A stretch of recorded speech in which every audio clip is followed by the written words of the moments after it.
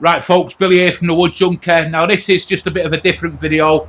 I just want to show you some of my best tools, some of the good things that I've picked up and why I'm using these particular tools and why I'm using them. Now you're going to have to bear with me because it's absolutely Baltic here, and that means freezing. And I'm just waiting for one of them little, what are they, them guys that live in the igloos to come past. I don't know what you call them. Let me know in the comments what they're called. But anyway, they live round here somewhere.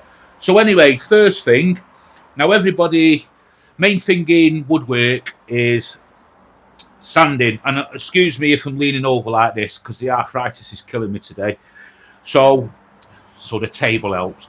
So anyway, it's sanding. Now, people have you believe you've got to go out and you've got to buy Festool, you've got to buy Merker, you've got to go and buy all the expensive sanders. No, you don't. I started my woodworking with a 125mm sander. I've still got it in there. You've probably seen Shelley use it because she moans about using that one because she wants to use my good one. So what I did get was one of these Max T sanders, 150mm base, similar to the other two, but like a third of the cost, I think it works out. Now, this is not a selling video. I'm not putting links down in its description on this video, but if you want links, please message me. Not a problem. Now with this, I find this really good. So it's an upgrade from that sander, and it's something you should just save up and sort of work to get in this sort of tool if you're sort of on a budget and you want a better quality tool. So this is this, and how I use that, you can see it's used. So just looking after it, I mean, it's good quality. I've had this for ages, and I've had this through the wars. Now, I will rig it up to me electric. Now, when I was doing reviews of these, there were some guys on YouTube saying they would fail. It was something to do with the electrics. And what they were doing, they were plugging it in via a vacuum or something like that. You know, one of them start-stops. I have that just plugged straight into my mains. Now, I think they rectified the problem anyway, but I just do that as a precaution. I've not had a problem with it. It's been working. In fact, you've seen me use it loads of times. So anyway, first things first, what I do when I come to use my sander, just a quick tip for some of you guys that I do, just keep your sander and your pad in good nick.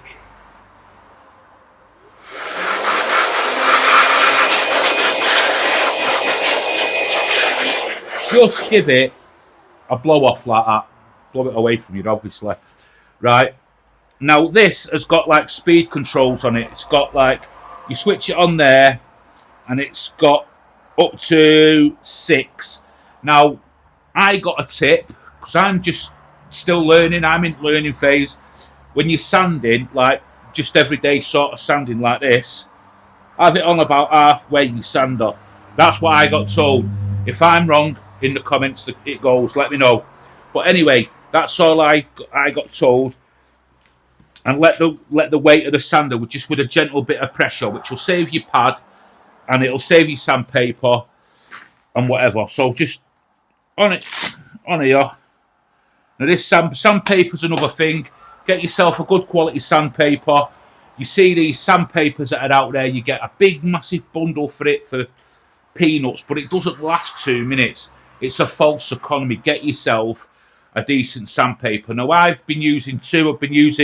I got sent this from these guys at Amicus, which is a really good sandpaper. This is 150mm. They do a range of stuff, hard wax oils, that kind of stuff.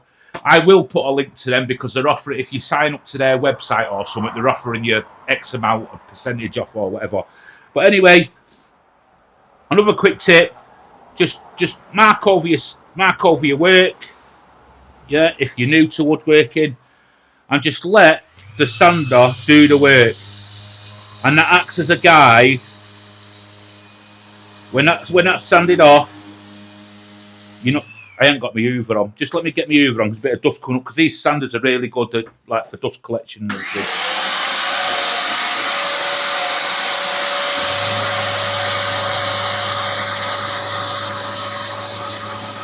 And as you can see there, it's just taking that away, nice and easy. This is a 150 grit I'm using.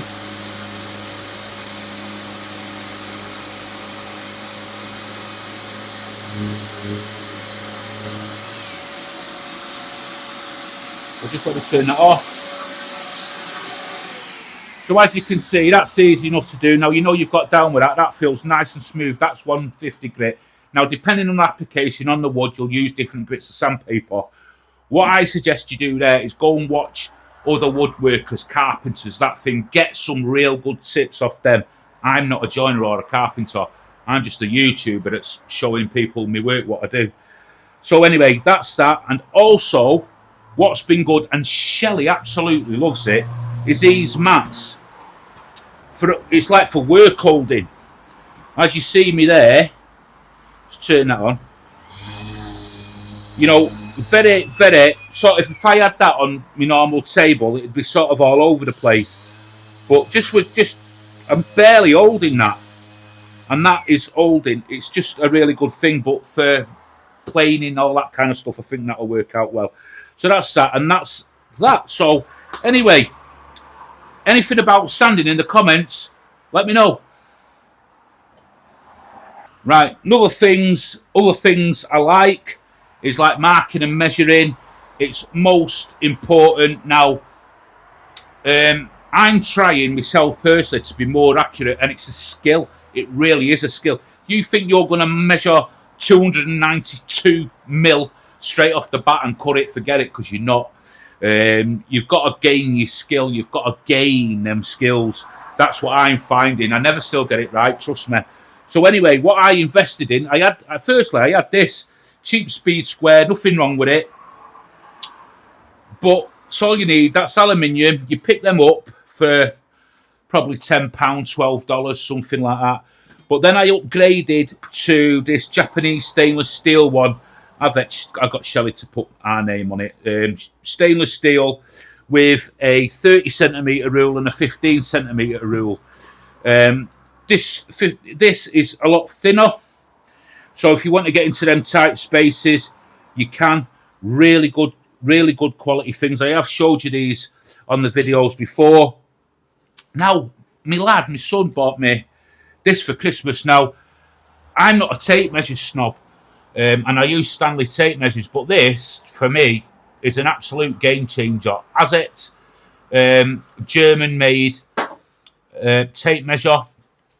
This is in metric. I'm not sure whether you can get them in imperial or not. You'd have to check. But they're super accurate. And I had a look up on them, and they are super accurate. Now, if you want to measure, say, if you can just imagine this is the inside of a box coming up here like that. You know, you've got a top scale here. You can see, so that is 23 centimetres. So if I go and measure that, it's bang on. It's spot on. That is spot on. That is really, really good. It's just under 23. Just make sure I'm not telling you lies. Yep, spot on. So that's it. So you can measure insides, outside. It's a small size. Fits in your box, your apron, whatever you wear. You know, us guys here in the UK, we wear overalls or scruffy clothes or whatever we just put on when we get out of bed. And also, to go along with that, get yourself a good pencil, mechanical pencil. Now, you see me in my videos, and I'm contradicting myself a bit here. So, there you go. I am true to my word. I always use normal pencils. There's nothing wrong with normal pencils at all. Nothing wrong with them. But I was sick to death of sharpening them. It was getting on me. Then my sharpener broke. You know, something daft like a sharpener. Try and get one, like, sometimes. So I got these off. I think, where did I get them? Amazon, I think. And you get a set of 4 pencils, like, and they're aluminium pencils, and you get all these leads. In each box is 60, and there's 4 boxes. There's 8 boxes of 60. 3 erasers. Some erasers that go in the top, but these are 0.9 mil, so you can get them various sort of thinness. But I'm heavy-handed and whatever, and this suits me. But so, like, you know, just I find I can hold it better. They mark really well. You know, I just find them better, and I can't believe I said that about normal pencils. But you know, this is better. It's an upgrade. It's an upgrade. It's not a lot of money. I think it was about 18 quid for all that. It's going to last forever. Now, you can get one of the more expensive pencils that's going to cost you twice that amount, and not going to last you as long. So if you're on a budget and you want something a bit nicer, that's where you go. Right, guys, so you've probably seen me using flush trim saws, this kind of stuff. This is one you can buy off the website. It's sort of a flush trim saw. It's got a bit of give in it, but really, it's not a flush trim saw. This one is more of a flush trim. That's, you know, like in your plugs and you want to get into sort of up here like that, like sort of like with this one. It's not got as much give. This is more for, you know, more sort of straight cuts, that kind of stuff. And if you want a bit of more accuracy up close into intricate parts like that, it's a fantastic bit of kit. It really is. But I wouldn't use that for sort of cutting plugs sideways or something. Or you can, but just be, you know, if you've got a plug sort of here and you want to get it like that, it's just that the teeth on one side just seem to stick out a bit more. But anyway, the flush trim saw, that's the better alternative. So get yourself one of each. You can get that one off my website and help support the channel if you can. But that one's a Sushan. You can pick them up. And I hope to be getting some proper flush trim saws soon. But they're good, an essential and not a lot of money. Don't delay, get a flush trim saw today. So other things that I wouldn't have thought would have been a benefit is scrapers. Now this is an aluminium scraper by Ongdui. You can get this on Banggood. It's super, super quality. This blade you can rotate here, turn it off here. Behind here there's a spare blade with different sort of contour on it. Now when you want to get into them little glue ups down the sides and you want to get into that glue to pull it out if it's dried, these are superb. Now I'm fortunate enough from doing the YouTube channels, I got sent some stuff from Ongdui and Banggood, and I'm going to be doing a video of them. So there's a few items I'm going to show you on the video, and I'll put up prices in that. Now the exceptional quality, they're up there with some of the big boys. I'm not going to mention no names because I don't want to get in no trouble. It's not fair as well, to be honest. Everybody's got a business to run, but these are cost effective if you're wanting real good quality. Ongdui tools, they are the dog's bollocks, they really are, and I'll show you some of the stuff. Now other things, you see me using this all the time, is just a basic knife. This is sort of steel and rubber construction, comes with a pack of 10 spare blades, super handy to have round, you know, your workshop, shed, whatever. I use it all the time for marking things like that, cutting cardboard boxes up, straps up. Shelley is a spenderholic when it comes to Amazon. She's always buying stuff. And the other day, I had Amazon come to my door, and he says, I'm always here. I'm always here. So we end up with piles of cardboard, you know, from the packaging. So luckily, I've got one of them to cut it all up, really, to get rid of it. So anyway, that I will do a video more on the Ongdui stuff. It's not very beginner-friendly stuff, but it's all the same. It's good quality. I was in the position, fortunately, and thank you to the guys that sent them me, to be sent some stuff to review and to use. But I'm going to use them and show you them in use rather than give you a review. I'm going to show them you so you can make your own mind up, and I've told them that as well. So anyway, that's them, and I'm going to come on to my last thing very shortly. Right, my best purchase I've made is this. It's a DeWalt 7485 table saw, contractor saw, small footprint. So if you're in a shed or you're in a garage or something like that, or you're making a table and you want to fit round it, you can do. You've got that, you know, you can do that to it. I found when I was doing my research and looking at all the reviews and that, these come out top. They're not without the faults, but they come out top. Now, the stock blade that comes with it is fine. It's a 24 tooth blade, but I've swapped mine out to another blade that I'm actually reviewing at the minute, a Saxon blade, which is 40 tooth, which is sort of more of a, you can use it for everything, cross-cutting and ripping. Now, one of the faults with these, and what I did see on the reviews, is underneath the worm screws that go up for the rise and fall can get jammed and can get gummed up and stuff like that.